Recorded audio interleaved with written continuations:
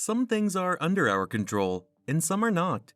The things under our control are opinion, persecution, desire, aversion, and in a word, whatever our own actions are. The things that are not under our control are the body, property, reputation, command, and, in a word, what is not are our actions. Epictetus. There are moments in life when we feel overwhelmed, but we must ask ourselves the following questions. Is the person I am today what I want to be? Is this in my control? What if I tell you there is a philosophy that can change your life completely? Before starting the video, I invite you to leave a like and subscribe to my channel to see more content like this. Without further ado, let's start with the video. There is an ancient philosophy that developed in Greece around the year 300 BC called Stoicism. The principle or dogma of this philosophy is that emotions lead people to make bad decisions. If one can learn to see the world and relationships logically instead of emotionally, one will achieve a more peaceful life.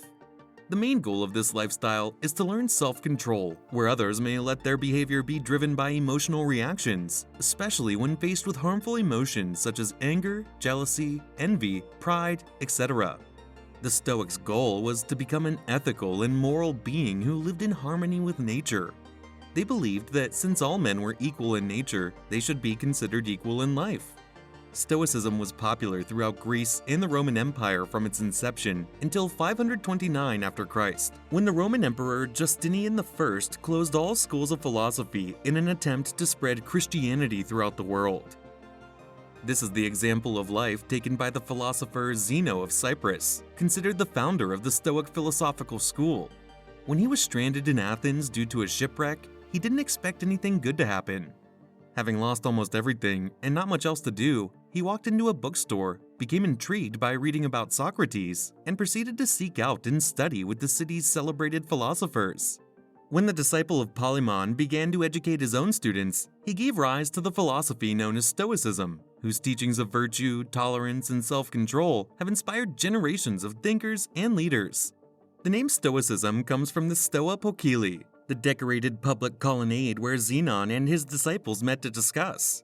The Stoics believed that everything around us works according to a network of cause and effect, resulting in a rational structure of the universe. The principles of Stoicism are as follows. Eudaimonia. The final goal of life was to achieve eudaimonia, that is, happiness. The translation is not a faithful representation of the philosophical meaning attributed by the Stoics. Some give it a meaning more linked to personal flourishing or self-realization. Virtue. This is the main concern of the Stoics. For them, acting with virtue was an essential condition to achieve eudaimonia or happiness. Ataraxia. The Stoics gave more importance to virtue than to tranquility, but they also emphasized maintaining ataraxia or mental serenity. Between both elements, they saw a clear relationship. Other outstanding principles of Stoicism are attention or prosoche, separate perception from reality, amor fati, that is, love destiny, dichotomy of control, focus only on what depends on oneself, focus on what is essential, and control own impulses. The most relevant figures of Stoicism throughout history, whose ideas have reached the present day thanks to references from others and small fragments of their thoughts, are the following. Zeno de Citio, the founder of the Stoic philosophical idea. Cleanthes, a boxer, started late in this philosophy, already 50 years old. By showing so much virtue, Zeno appointed him as his successor. Chrysippus of Solos, a long-distance runner and apprentice to Cleanthes. He was the third great leader of Stoicism. Panetius of Rhodes, considered one of the most responsible for the expansion of Stoicism from Greece to the city of Rome. Posidonius, one of the leading polymaths of his day and a disciple of Panetios. He excelled in a great multitude of fields, philosophy being one of them. He modified some of the most classical principles of Stoicism. Seneca, probably the richest Stoic famous and one of the most powerful. Musonio Rufus, who was one of the most respected Stoics of the time. He was considered by some Stoics as the Roman Socrates. Epictetus, a slave who studied under Musonius Rufus. Due to his great tenacity, he became the leader of his own philosophical school. Marcus Aurelius, considered by many to be the greatest emperor in history.